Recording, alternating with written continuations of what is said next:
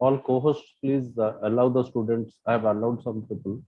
Others you can admit it. It's Like live. we can start now. It's live now. Yeah, we can start. So, yeah, thank you very much, all the participants, to join in this second session of first day in machining AI machine learning summer school. Here in the second session, we have with us Dr. Kriti Sundar Sahu. Actually, he is working as a postdoc fellow in the University of Waterloo, Ontario, Canada. And he has more than 5 years of experience working with different technologies like Microsoft Azure, Google BigQuery, Python, R, SQL, and data visualization. So he is going to take this particular session in data visualization today. And there is some instruction to all the participants. So during the session, you try to mute yourself during the entire session. And if you have any queries at last, you can put that particular query into the chat box, and the mentor will try to give the answers to it. So thank you very much, Dr. Kriti Sundar Sahu, to be here, and he'll take the session. So over to you, Kriti sir. Thanks, Dr. Suraj. So let me share my screen first.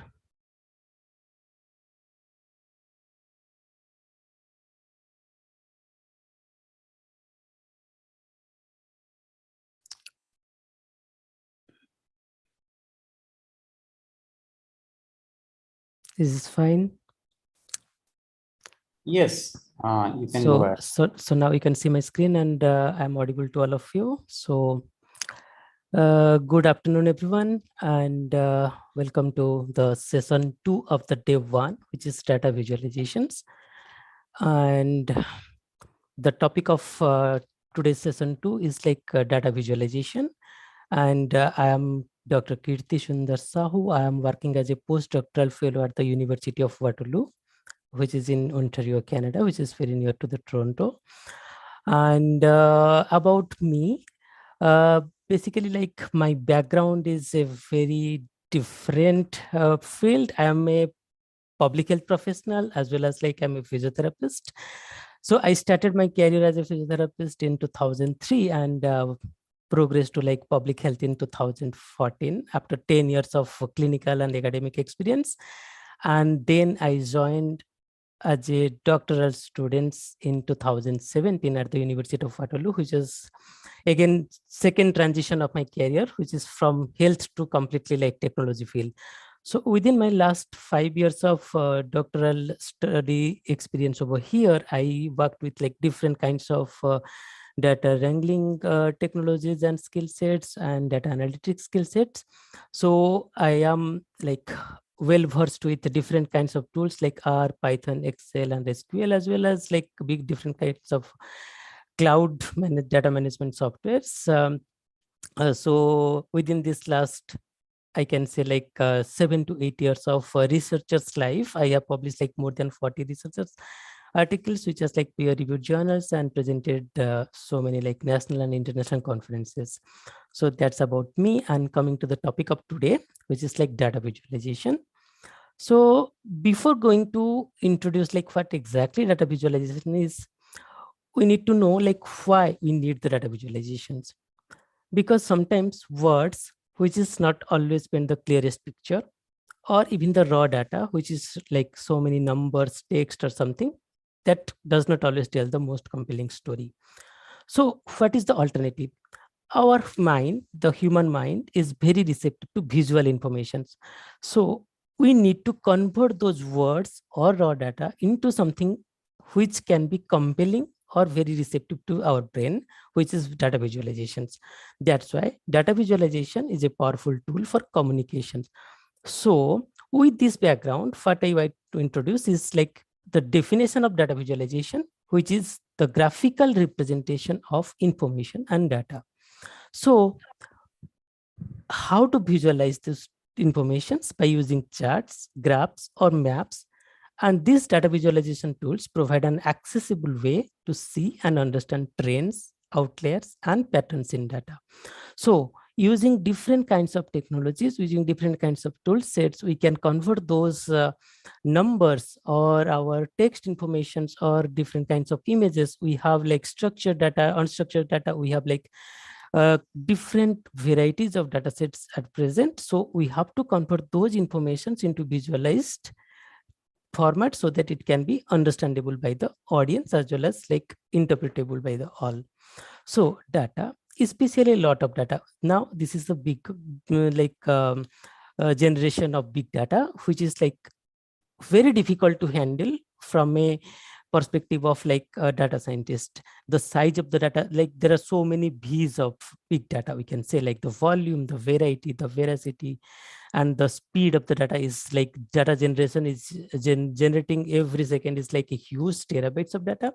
So in the world of big data, data visualization tools and technologies are essential to analyze this massive amount of informations, because we are like flooded with so many informations that we don't know which is good for us. So we have to convert those all those informations into like some visualized format so it can be understandable to all and it can be usable to all. So it can help both you as well as your audience to interpret those informations, how those data or the informations matters to us, and we can understand the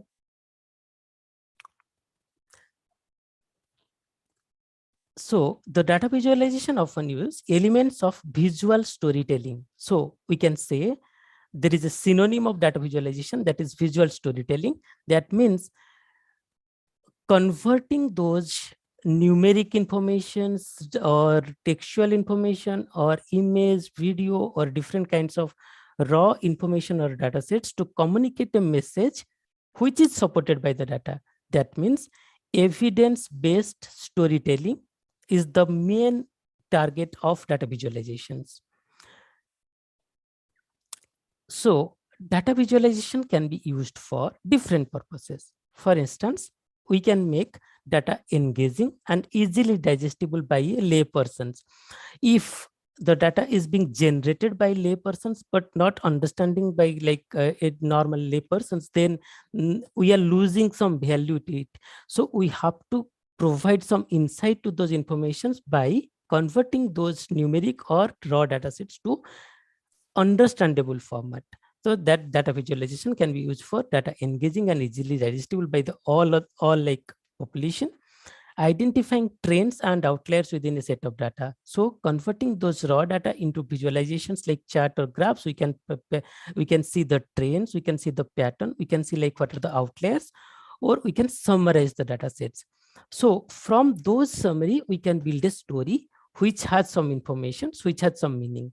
So those story has the capacity to reinforcement an argument or opinion. For instance, for a policy making in a public health setup or in an educational setup or some industry setup, we have to provide some evidence or provide some like background story which has to based on some raw data or raw informations.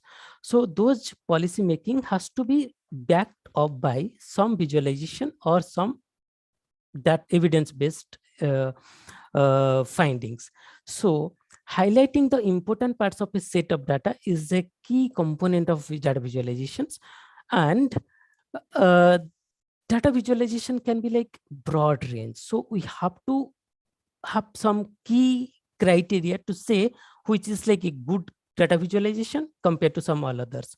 So the primary parameters to decide which is data visualization is good or bad, or you can say like it has to be accurate. The visualization should accurately represent the data and its trends, and it has to be clear, like it should be easy to understand. So I will explain it later, like how it can be clear or how it can be clutter. So you have to have some clear background within your mind to how to visualize your variables. And the third component is empowering. The reader should know what action to take after viewing a visualization. That means, for example, the policymaker should know if you are showing some information to them, so what action should be taken. For instance, in case of COVID-19 pandemic, we know like how the disease spreaded. So in my hands-on training today, I'm going to explore like different kinds of mobility restriction, both in home as well as outdoor mobility, at the population level, at the household level. So all those informations, how it impacted the policy level decisions at the like country level, or it may be at the state level. And finally, like succinct, your message should not take long to resonate. So it has to be like crispy and very brief. So the key criteria of the good data visualizations are accurate, clear, empowering, and succinct. And coming to like types or variety of visualizations. So we know, depending upon the types of variable or the types of data, it can be like numeric, it can be textual, it can be video, it can be images, it can be audio, it can be mixture of multiple things. And similarly, if, for example, if you are thinking about like numeric data, it can be nominal or ordinal. It has some characteristics. For instance, like nominal, like the roll numbers, it does not have some mathematical property. So if it is nominal or ordinal, only the frequency distribution by bar plot or pie chart can be possible. In case of interval or the ratio data sets, we can convert that into a histogram to show like how the distribution of the data is there, or even the box plot can show like how the median or the first quartile or the third quartile or the outliers are like spread over the data points. And similarly, if more than one, like at least two continuous variables are required to create a scatter plot to show the relationship between like two continuous variables, that is, for example, like age and height or age or weight. So those informations can be converted into a scatter plot. So these are all basic level of visualizations. And another like specific case, like in case of time series data that I'm going to show you today in our hands-on exercise. Like time series data is very unique, which has the capacity to show the trend in terms of line graph, in terms of a different, like how the key parameters are changing with time. So we can show the pattern or the trend. That's a very unique kind of data visualizations, which is like highly used in COVID-19 pandemic. And in terms of geolocations, we can have like different kinds of maps, or we can use like GIS mapping to show different kinds of information through different layers. So coming to how to start with a data visualization, we have to follow some specific step. The first step is to define why you are looking for data visualization, why you are thinking raw data is not sufficient. So you have to have some objective in your mind. So the first step of data visualization is to define what objective it is going to fulfill. The second step is to follow how can it be simple using a single variable or two variables or more than two variables. So depending upon your objectives and the availability of the variables or the availability of data sets, we can say we have to have objective with a very simple information, and we should know which minimal number of informations are essential to answer that question. So to answer that, keep it simple, we have to prepare with, we should cluster some different variables which are essential for like fulfilling that objective, but it should not clutter. Unnecessary variables should be avoided or ignored in case of data visualization. So the fourth thing is to have a story to tell. We have the objective, we have the variables, but we should know what kind of story we are going to tell to the audience. So depending upon audience to whom you are going to prepare that data visualization, it may be policymaker, it may be lay audience, it may be like researchers, it may be like scientists or different kinds of audiences. So depending upon type of audience and your objective and your like variables, we have to prepare a story, and depending upon your type of story, we have to start with the visualizations. So in the visualization, we should have some clear headings and keys. The analysis has to be very simple. It can start with exploratory data analysis that I'm going to say in coming slides, and some relevant comparison like pre and post, like before COVID-19, after COVID-19, or during COVID-19, what is the situation there, we can compare. So summaries of the key point has to be mentioned at the end of the visualization. And finally, to make it like persuasive, we have to have some design component to it. So some persuasive design has to be added to the data visualization to make it like more compelling to the audience. So the basic building blocks of good visualization. So different kinds of building blocks of the good visualization that I told you, like in the beginning, like 4 parameters, but those 4 parameters can be divided into multiple categories, like starting with a good visualization have a graph title. So without a title, you cannot explain what exactly that graph is telling, which variables have been used, or how many variables have been used, which kind of data it was. So it has to have a graph title. It have x-axis, y-axis, and it has some axis titles and category labels. If it is a categorical data, then it has to be like a category axis, or it has a numerical data, then numerical axis and numerical labels. And it has to have some legend to represent how it is faring like from one group to the other. So it will be simple to understand to the lay audience as well as like researchers. And similarly, we have to have some data objects. For example, like in case of this particular graph, we can say like we have East, Midwest, and South are the categories, and we have sales reviews in millions of dollars. That is the numerical data, which is in y-axis. So we have to have some data object, tick mark, trend line, and some grid line. So it is a mixed kind of visualization. It has bar graph as well as some line plot to show how the trend is changing with time, as well as like how the comparing like one group to the other. So it has some reference line. So in compared to the reference line M, how the data points are behaving, is it less or more, and how it is changing with time also we can show in the time series data sets. So these are the building blocks of good visualizations. So in addition to those building blocks, as I told you, we have to have some design component, and those design components start with color combinations. So we have so many combinations of color which is available in R and Python, where we can use those color palettes to use different designs of visualizations, which is very useful for dashboard designing as well as real-time data analysis. So in coming slides, what I'm trying to say, there is a specific book that is called as the Grammar of Graphics, which is available in Amazon, as well as like a soft copy is also available in different format with PDF format, where you can see all the theoretical concepts of data visualization is there. And using those theoretical concepts from the Grammar of Graphics in R, we have a book that is called as R for Data Science. And specifically, like there are 2 chapters you can see in the cover page itself, like in the R for data science: visualize, model, transform, tidy, and import data. So in R, like within R and Python, I can say from my own experience of last 7 to 8 years within like R and Python together, R is more like prone towards like better visualization compared to Python.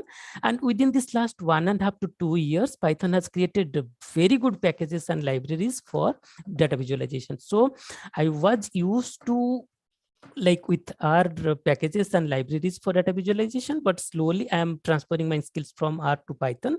So you can also use both those languages and skills to visualize those data sets. So for your information, this particular book is completely open source and freely available for all. And you can I can provide the link, and you can go through the link to go through the chapters, and specifically like chapter 3, which is data visualization, how to visualize data using specific package which is available within R, that is ggplot, which is Grammar of Graphics. And it is explaining in detail, that is graphics for communication. I'm telling like these days dashboards are in a trend. So every time we are thinking about some big data, we are thinking about some real-time data, we have to have some dashboards with some very good visualization, which is essential for policymaker to see what kind of story these graphs are telling and how those stories can provide some evidence-based information to build some new policies or modify some existing policies. So this particular book set has different chapters, which is dedicated for data visualization and graphics for communications. So you can go through those for application purposes. And in addition to that, we have, let me go back again. So whoever is not comfortable with or they have similar kind of book, that is data visualization with Python and JavaScript, which has the capacity to scrape, clean, explore, and transform your data. And the new version is coming on January 31st, 23, and the older versions are also available in the Amazon. So you can go through those books to provide like real life examples and applications, how to utilize Python and JavaScript for data visualizations. Now coming to different kinds of tools available, like open source tools available for data visualization. A very good source is developer Google Chat. Like you can provide data sets to the Google, and there is a very rich gallery where you can find different kinds of data visualization, like as I told you, like the geo chart, scatter chart, column chart, histogram. Depending upon the type of information, type of variables, you can utilize any of the format or template, and you can use your own data sets to create rich visualization. And similarly, other kinds of tools available with us, like within this last 5 years, what I can see, like Tableau has progressed a lot, and use of Tableau is very common within all types of industry, I can say. In every interview, they will ask, do you know R and Python in like data science as well as data analysis? And do you know Tableau for data visualizations? So Tableau is a almost basic necessity within data science and data analysis. Like earlier it was like Microsoft Excel. Similarly, now it is the Tableau is taking that space. So we have to have basic knowledge of Tableau whenever we are going to face an interview or create any rich visualizations. Next, coming to D3JS. Using JavaScript, we have another like very good data visualization library, which is D3. It has different kinds of examples, and one of the biggest gallery I can show you here is, this is like you can explore one at a time. For example, I am clicking one kind of data visualization where you can create orthographic to equirectangular. So those kinds of informations can be visualized using these D3GS packages. So we have different kinds of websites and tools openly available where you can utilize those templates to create your own visualizations. And similarly, whenever we are coming to like R or Python, we can use ggplot gallery to have some basic knowledge, like which kind of visualization we are going to use. So these are some like a predefined template like created by different authors. So you can utilize those templates for your own purposes, or you can create your own design. So depending upon your requirement, your storytelling, your objectives, your like data sets, you can create your own visualizations. So they have different kinds of very innovative. There are 2-dimensional, 3-dimensional. You can see like static, some are like interactive. Sometimes it is like in a single page, you can see like multiple plots together. So different kinds of like this is a alluvial plot where you can see like how the relationship between one kind of real variable to the other kind and the subsequent kind. So how the funding is coming from different sources and it is accumulating in a different thing, and how it is being spent by different headings. So those kinds of information can be utilized using different kinds of visualizations. So now coming to Python. Within Python, what we can see, we have different kinds of packages. The basic kind of package I can see like pandas, and next level is matplotlib, and subsequently the recent improvement is C1. So using C1, you can create different kinds of galleries, different kinds of data visualizations. So Python has also rich set of packages or libraries to utilize to create different kinds of visualizations. So similar to ggplot in R, we have something called as plot9, which is very similar to ggplot, and the codings are almost similar, and it is based on the book I told to you, like Grammar of Graphics. And similarly, these days, Plotly is coming off in a very very popular package or library, we can say, for data visualizations. So D3, ggplot, Seaborn, and Plotly, even Dash Plotly is another modification of it. So using those libraries, we can utilize our data sets for different visualizations, which are very informative to all our audiences. Next, coming to dashboard building tool, like how to create. Now like what are the tools to create different kinds of charts, maps, or visualizations, but utilizing or assembling those visualizations in a single website or a single page to make it like a to create a more compelling story, that is called as dashboard. So we have also different kinds of dashboard building tools, and coming to the starting with Elasticsearch and Kibana, which is a very good it has like all the capacity to pool the data sets from different sources, create a data lake, and utilize those data sets to create rich visualization using different kinds of packages. So you can utilize Kibana, you can utilize Grafana, you can utilize Fusion Chat, Data Wrapper, and Metabase. What I heard, like right now I'm in Canada, so I have indirect access to like how the COVID-19 databases are getting visualized in India.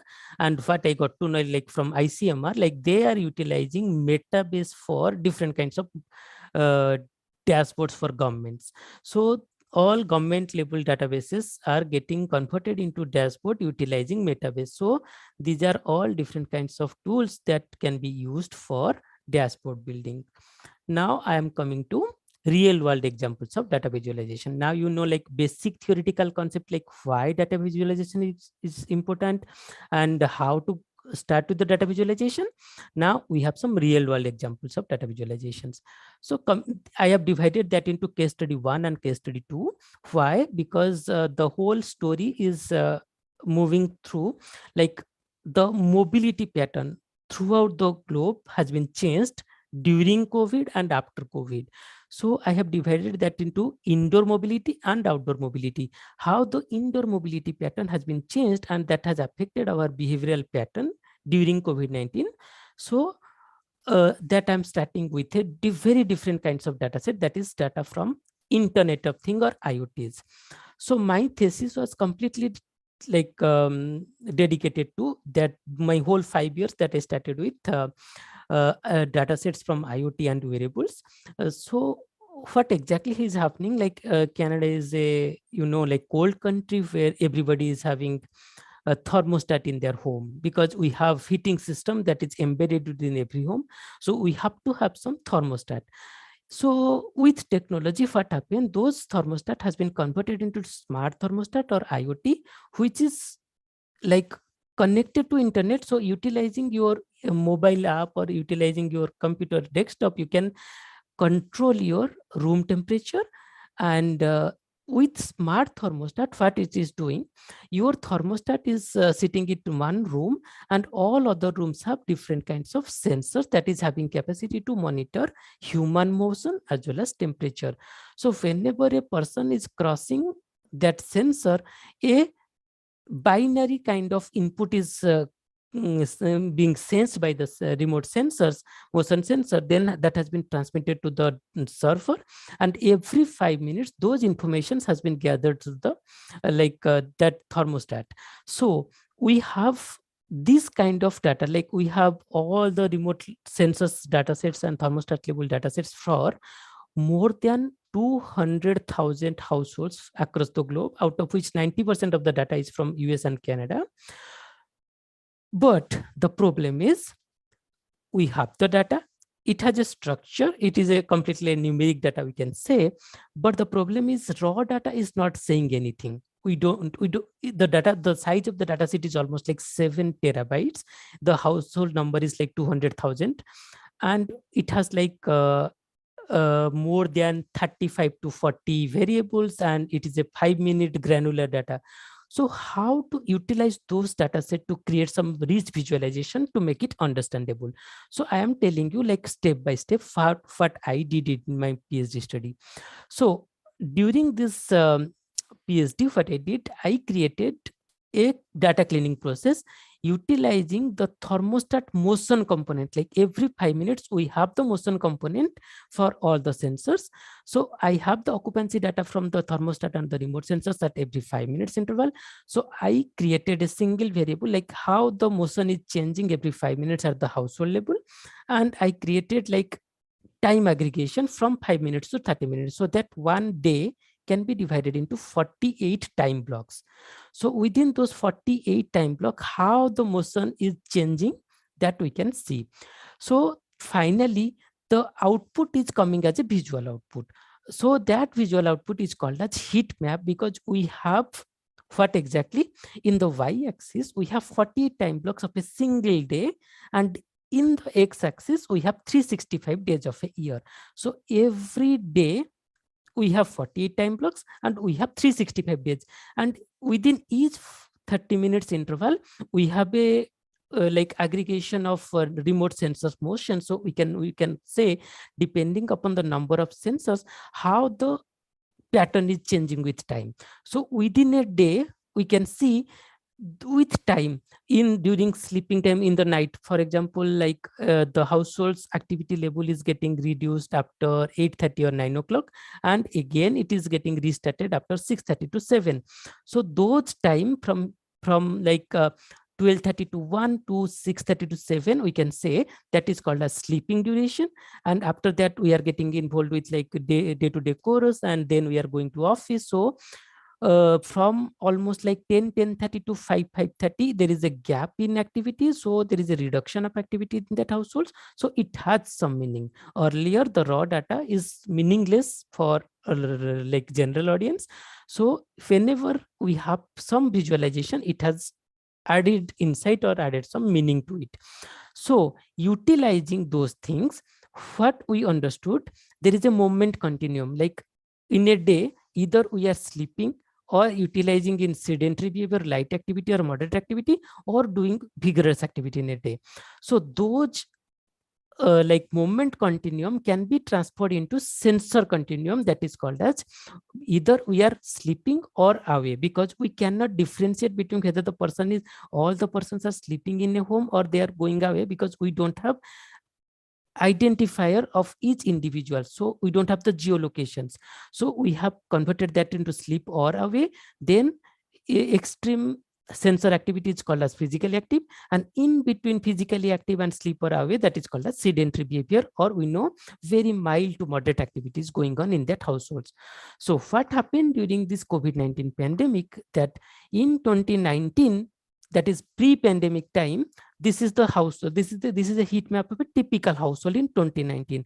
What we can see, there is a pattern of sleep from like 12:30 to 1, and the household members are waking up around 7:30 to 8, and around 10:30 they are leaving for the work. And there is a difference between weekend and weekday. And once they are returning from work around 6:30 to 7, they are getting engaged, and so many activities are going on up to 11:30, and slowly those activities are getting reduced.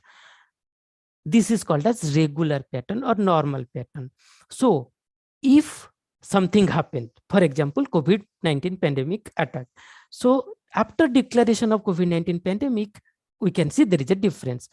Till March 11th, 2020, the same pattern as before continued. From 2019, that pattern continued up to 2020 March. And immediately after declaration of COVID-19 pandemic, you can know like you can see over here, the difference between weekdays and weekend, the difference between like morning, afternoon, and evening has been changed drastically. That means the motion sensor has been changed, like the activation pattern has been changed, which has been represented in this heat map. So we know if our day-to-day behavior is changing, that is a risk factor for different kinds of non-communicable disease or chronic diseases like diabetes, hypertension, or even cancer.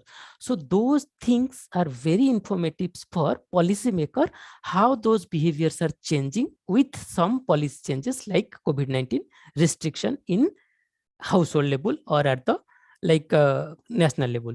So from this data set, if you're going deep, digging down like how it has been changed, if we dig down a monthly level, like the single month, like exactly from which date the change started. On March 2020, we can see like around March 14 or 15, this is a Canadian household. So I can see like exactly like March 14, the declaration of pandemic has been there in Canada. So from that day onwards, everybody started staying at home and the household level activity has been increased compared to like pre-pandemic level. So from this visualization, we can see like how the behavior has been changed. So those type of the initial objective of the visualization is there any difference? Yes, there is a difference. Now we have a visualization, we have evidence, so we can show this evidence to the policymakers to say, okay, your policy of stay at home emergency declaration has impacted household level behavior at both population as well as individual level. Now coming to the case study 2. If we know our indoor mobility pattern has been changed, suddenly another question will come to our mind, whether outdoor mobility pattern has also changed or not, and whether it is significant. And whenever we are complementing indoor as well as outdoor mobility, then we can show like 24-hour movement pattern can be captured. So this is a hands-on exercise that I'm going to do with you all. That is case study 2, that is utilizing Google mobility dataset that has been published exactly immediately after declaration of pandemic. So what Google did, we know almost like majority of the smartphone have Android, and we all have like Google Maps. So Google created a specific report where it has aggregated all the map information, Google mobility map informations from all those Android users and created a Google mobility reports, which is available to all researchers across the globe. That is the open data sets that I'm showing you where you can get it. So whenever you will click like Google mobility data set, you can see COVID-19 community mobility report is coming here. And this data set is open to all. This is a global CSV file, and we have regional CSV file as well. If you want to know like what happened at the global level or at national level or at country level or any specific like state or district level, we have all the informations. So we have data set, we have report as well. So as for example, we'll search for India. Within India, we have the data sets for all the states, and even for our information, all those reports are also published in regional language, and among them is one of them is Odia.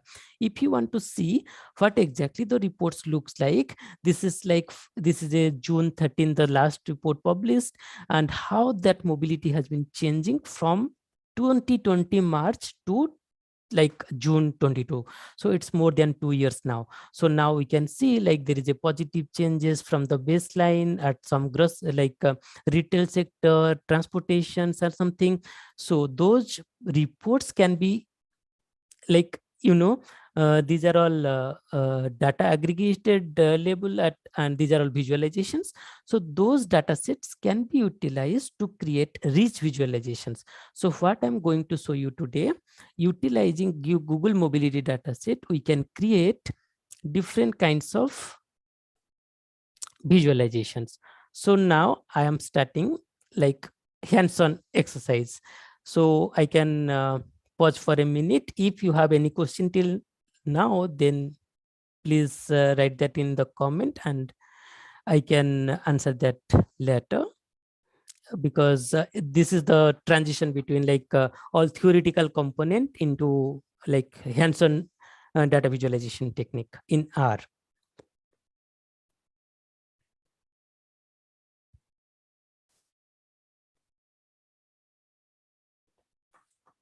I also need feedback, like is my speed fine, or should I go most like should I increase my speed, or the pattern is like okay. So if no comments, then I can like continue with the practical component of the data visualization over here. So if you go to the global CSV and click it, and you can download the complete data set across the globe from 2020 March to 2022 July. So it's a huge data set, almost like 980, I think.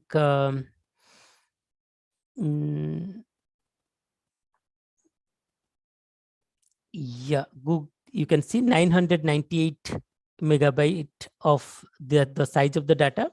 So utility using those Google mobility report from the global level, now we are going to see how exactly that data set looks like and how the visualization can start. So let me start from importing the data set first. So basically I'm importing the data set over here, but I am telling you about like this tool. This is called as R Studio. The language is R, and this is a IDE where you are using R language for different kinds of analysis and visualization.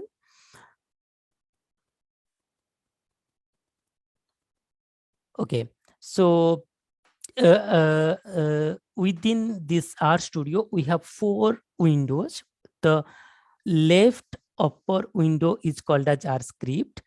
Left lower is the R console where the R language is running, and this right upper is called as like environment, history, connection, tutor. Like right now I just imported global mobility report, which is a database of this many observations. Like we have more than a million observations of 15 variables.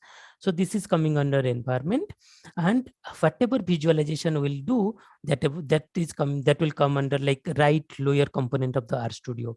So right now we have the data set. So if we want to see how the data set looks like, we can see over here we have 15 variables, and the list of variables are, we have the country code, we have the country region, like for example AE stands for United Arab Emirates. We have country code, we have country name, we have sub-region, we have sub-region 2. I will explain it like what exactly sub-region 1 and 2 stands for. We have metro area, we have ISO code, we have different kinds of variables. Within that we have the variable called as date, which is like like if an individual user using Android Google Map, the whole day data set has been aggregated. So the data is coming at a date level. So we don't have any further detailed information like how the person is moving in each hour or each minute. We have information whether the person is moving less or more compared to previous day or any other day. So we have only day level information. So we have the date, and we have different kinds of mobility. That mobility has been divided into 6 criteria categories, like retail and recreation, grocery and pharmacy, park, we have a transit like public transit system, we have workplace, we have residential mobility. So the mobility component has been divided into 6 components. And we know, like obviously if you are working from home, that means your mobility at the workplace obviously should decrease during the COVID-19 pandemic.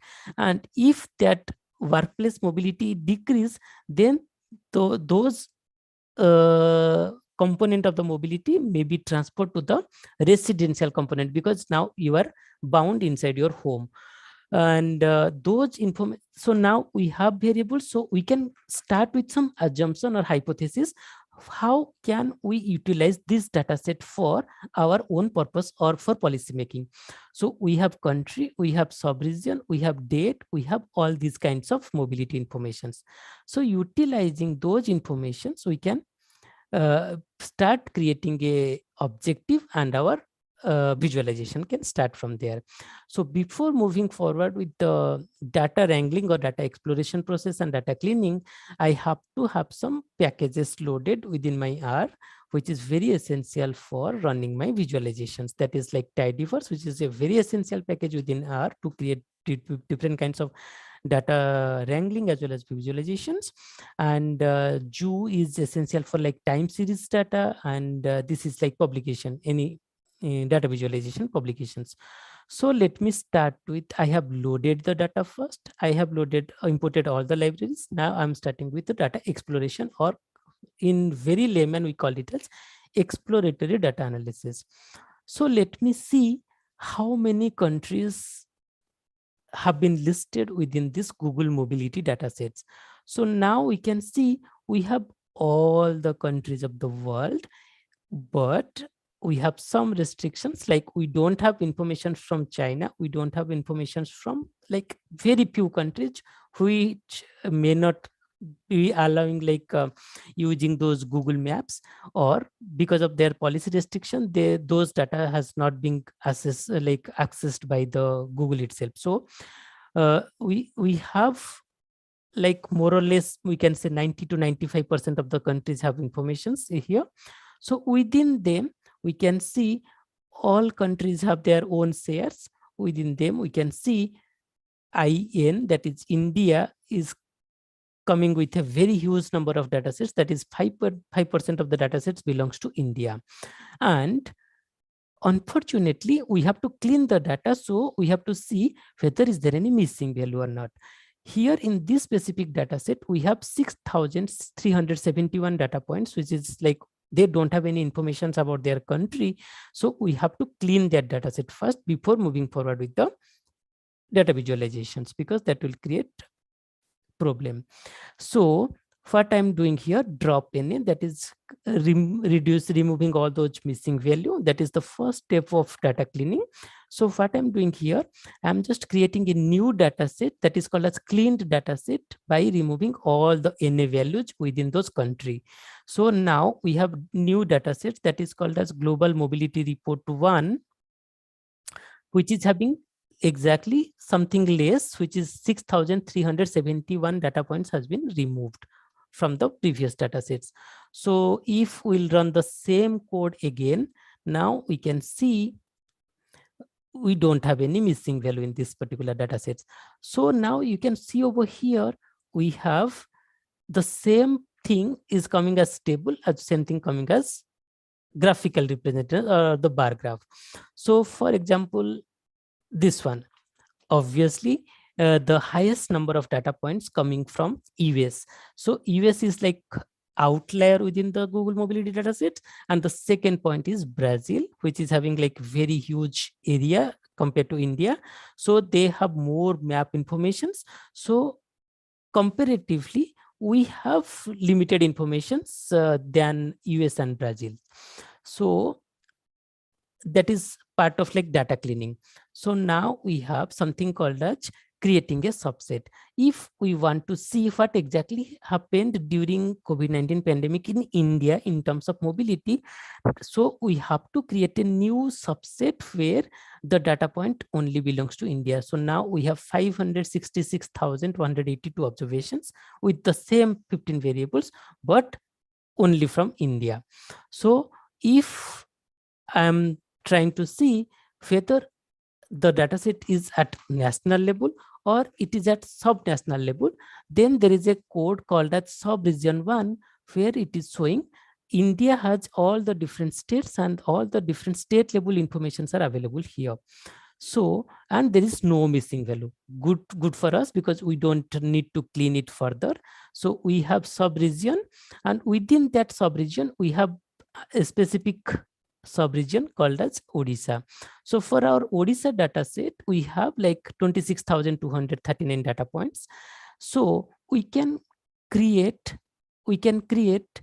a sub data set within India, that is by further filtering our data sets to Odisha specific, that is we have 26,239 observations. So how the people behaved during COVID-19 in Odisha, specifically in Odisha. So if we want to further dig down, I'll tell you, like, my visualization was at state level for Odisha. If anybody wants to do it like further detail, they can run it at a sub-region 2, that is at district level. For each district, there is specific data points. So you can filter it out and you can further dig it down. But district is the lowest level possible for this type of analysis, because sub-region 2 is the lowest level. And so that is part of the data cleaning or data wrangling process. Now coming to third part of thing, that is changing the kind of variable or the type of variable. Unfortunately, the CSV file having all these variables, the type of variable is different than as expected. The date is coming as character. So it has lost its property. It has lost its property to create some time series data visualization. So we have to convert that into time series. So right now I have the Odisha is the database. Date is the variable, but it has in character formats. So now I am changing the variable type from character to date type. So if I'm converting that into date type, now the type has been changed to POSIX city, that is the format in the date type format. So now we can do any kind of time series data analysis utilizing those date variables. Again, as I told you before, we have different districts, we have different like sub state level, sub-region level of informations. So we have within a single day, there will be 30 data points for 30 districts. So I have to create one average data points for Odisha specific, so that we can say whether the residential mobility and the work mobility, how it is being changed within Odisha for those time period. So the first kind of data cleaning I did it for residential mobility by creating a residential mobility mean by putting like each day it will create a mean of all those 30 districts informations, and in case any missing value will be there, that will be removed from the further analysis. Similarly, I did for work related mobility. So now we know we have two informations from the Odisha, like we have residential mobility, we have work related mobility. So with this, I completed the data exploring process. Now I will start visualizing. So there is a specific package within R that is called a ggplot. Using ggplot within tidyverse, you can create a very rich visualization. So here I am trying to show you how I utilized these Google mobility data sets and ggplot package to create a different kind of plotting. So let me run the visualization, then I will explain what I did and how I did each and every steps. So can you all see these visualizations? The green one stands for work related mobility and the red one stands for residential mobility. And the data point is starting from Feb 2020. And the declaration of COVID started in around March, and we have data point available up to June, like mid-June, we can say. So how the mobility has been changed? 0 stands for, this is the residential percentage change. So 0 stands for pre-pandemic level, that is before pandemic declaration has been there in like across the globe. That was called as pre-pandemic or normal mobility pattern. So compared to that, how our mobility pattern has been changed. So this initial period is called as baseline data. So this is coming to 0. There is no change.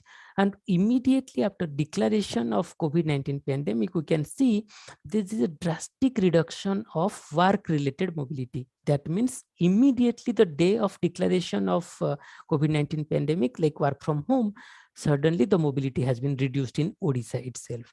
And with time, with time, slowly, like from month to month, the trend increased, like the work related mobility increased, and it almost reached to the baseline in June 2020. We can say like within 3-4 months after like first wave itself, the work related mobility come to the baseline. And again, because of the second wave and third waves, those work related mobility has been changed. And you can see like May 2021, again, further very deep down, like drastic reduction of the work related mobility happened. So now we have a story to tell from those data. Similarly, to complementing the reduction in mobility in the workplace, we have increased in the mobility in the residential area, which is complementing to each other. So during the first wave, during the middle part of the COVID-19 period, and the third wave, and slowly we can see within December 2021 onwards, like there is no more work related like reduction in the mobility. Slowly we are increasing our mobility than before pandemic. So our, like, this is called as new normal in terms of work mobility. Obviously, because of restriction, the mobility was reduced for a specific duration. But why it is increased from pre-pandemic, those things cannot be explained from these data sets. So we have to have some other data sets to say exactly like, okay, these are the reasons because of which the work related mobility in Odisha has been increased after like March 2022, we can say. So those things are like very difficult to explain from these data sets. So right now I'm telling you like how I did this visualization. Now it has a story, we have an objective, we know like how we did these lines. These lines will show when those policy level changes has been there, like when those emergency declaration, the first wave, the second wave, then immediately like some relaxation in mask policy, social distancing policy. So there are different timelines, so we can visualize those informations over here. So creating a plot using ggplot in R, you have to have some data sets. That is, data is the Odisha residential mobility or Odisha work related mobility.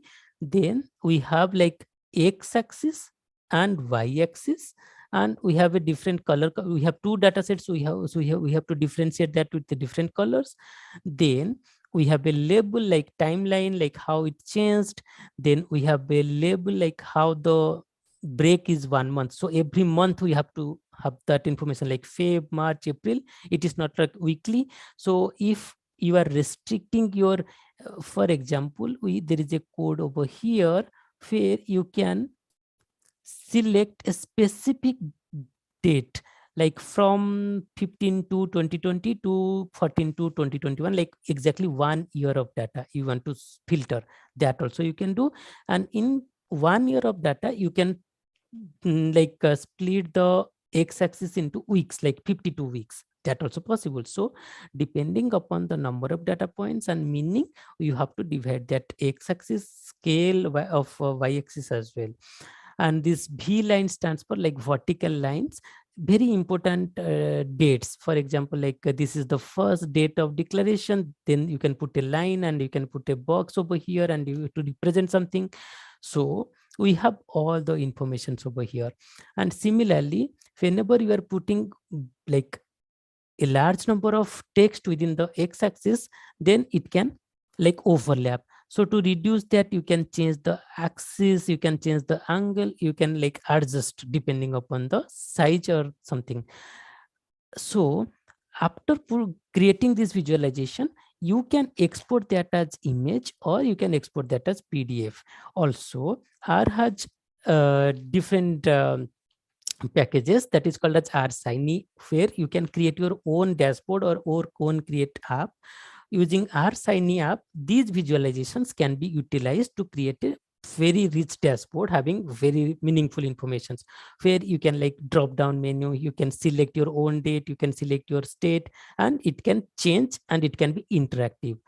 On top of this kind of visualization, I have like different visualization which are like interactive. For example, anomaly detection, which is in machine learning and deep learning, we have different kinds of anomaly detection algorithm utilizing. We can predict in future whether there will be any change or not. Like this is the pattern, the machine will learn from this pattern. Okay, these are the pattern during there is a seasonal changes, there is a week level changes. So there are different kinds of, in time series data we have to have something in mind, that is like time parameters and some other parameters. In terms of time, there is a seasonality in terms like weekdays, weekend. There is a monthly or weekly changes. In terms of weather, in terms of summer, in terms of winter, there is a difference in mobility. So all those informations can be taken care of while interpreting those informations. So this time series analysis can be possible, and also anomaly detection also possible utilizing these Google mobility datasets. So this is a real world example of data visualizations utilizing publicly available data. Okay, so that's all from my end for the hands-on training for today. And now I am almost coming to an end, and I'm coming to an end with like, this is my family. I'm staying in Canada over here like last 5 years, and I have started like working as a postdoc. And yeah, so feel free to connect with me. These are like my e-portfolio, as well as like email ID, Twitter handle, as well as ResearchGate and LinkedIn profiles. So feel free to communicate and contact if you have any doubt or any like specific questions in mind. Thank you. Thanks for listening. Thank you very much, Dr. Kriti Sundar Sahu. We have any questions, so they can put into the chat box, and we'll try to answer it. So anybody has any question?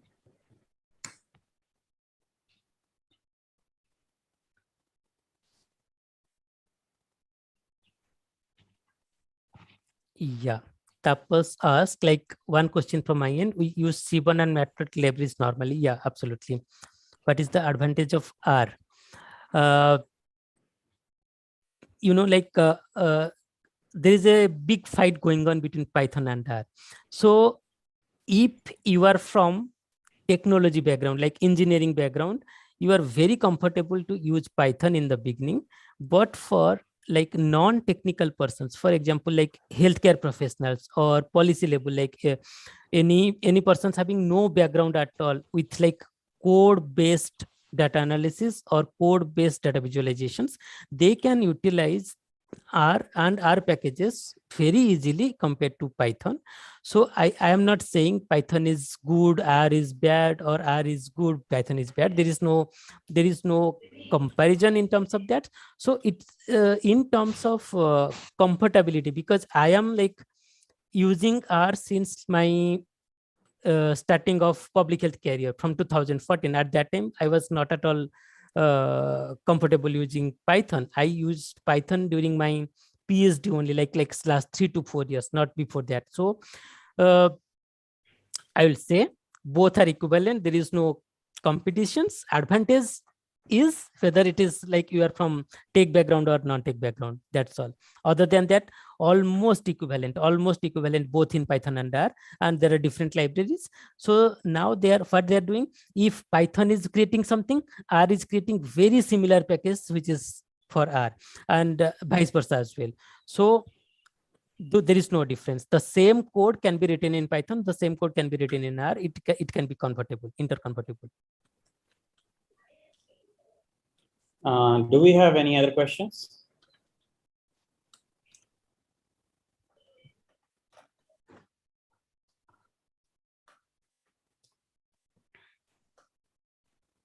From the participants, if you have any questions, you can put into the chat box. So for the different kinds of project that we are thinking of, you can utilize one of the data set is like Google mobility data set, and you can complement with, if you have any other data sets from Odisha, like Fitbit or different wearables, then you can like complement or integrate two different datasets from like maybe only from the Bhubaneswar or from Khurda district itself. So you can further dig down like how that mobility has been changed, and for different time series analysis you can do. So this is one of the idea that you can utilize for your mini projects. Yeah, so maybe it will be good if you can write little bit of description for the mini project already. Many of these mentors have started writing. So Yep. if you could write like a few sentences about the idea and how they can proceed, I think it would be really good for students to go through it. And anyway, they now you will be the mentor and you will give the Discord channel so they can communicate over the 2 to 3 weeks. And yeah, it will be really good to learn from you. And I think it's a very excellent session with the hands-on where they can really visualize that how to analyze the data. And yeah, I have actually a specific question like how much you find because sometimes many times we feel about this pre-processing steps. I think that is that is actually regularly we used to do with we have to write a lot of codes for that. So I don't know about R. Actually, I never use this R. So about this pre-processing, how efficient this R is, because we are like we are started our journey from C++, so we are very much comfortable in this kind of languages. I know. Yeah, there is a principle like everybody knows, like 80% of the time of the data scientist or data analyst goes for cleaning up the data or the pre-processing of the data, and 20% is for analysis and visualizations. That's absolutely true. So same thing happened with my like whole PhD data set, like IoT Internet of Things data set. Though the size of the data set is 7 terabytes, we can say like 50% of them is garbage. So how to clean those garbage is like a very top process. So that's why I learned Python because R is not that much efficient to clean time series data. Visualization is very good. Visualization process is very good in R, but not the data cleaning process, I will say. Though these days Tidyverse is almost competing with Python to build each and every functions. Whatever Python has, that has to be there. But I can say like converting like 5 minutes data to like 30 minutes, or like downgrading or upgrading those data sets, like, or sometimes like imputations of the data. It is little bit tricky in R, but in Python it is much more comfortable. So I can say there is no straightforward answer. There is no right or wrong answer to like Python or R. So pre-processing is little bit easier in Python, I can say, from my experience. Yeah, thanks. I think there is a question. Yeah. I saw the question like some pointers about what kind of data can be modeled as time series data. So time series data, I told you like 2 examples from my own experience. Like one is Internet of Things, like you have some wearables like Fitbit, you have a fitness tracker, and it is collecting all heart rate, respiratory rate, steps, sometimes like body temperature, galvanic stimulation. So all those informations are collected every seconds or sometimes like minutes level. So those informations can be utilized for time series data. That is one of the example. I already utilized like Fitbit datasets for my pilot study, like to see whether those thermostat data is almost equivalent to Fitbit data or not. So you can utilize wearable data. You can utilize like other data sets, like in hospitals. For example, in hospitals we have different monitors, and those in ICU, regular monitoring of different vitals is creating a huge like number of variables as well as time series data. And from those time series information or for time series data, we can build like very good machine learning algorithm to say what will be the future pattern.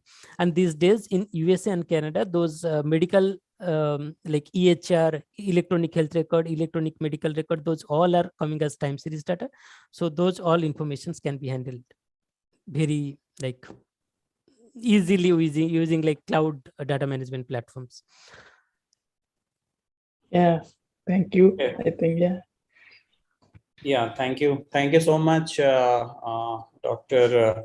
Kriti Sundar Sahu, for giving your time here and I hope in some mini projects or something that you can enlighten and so you can give the mentor to our students and our participants who want to work in this particular area.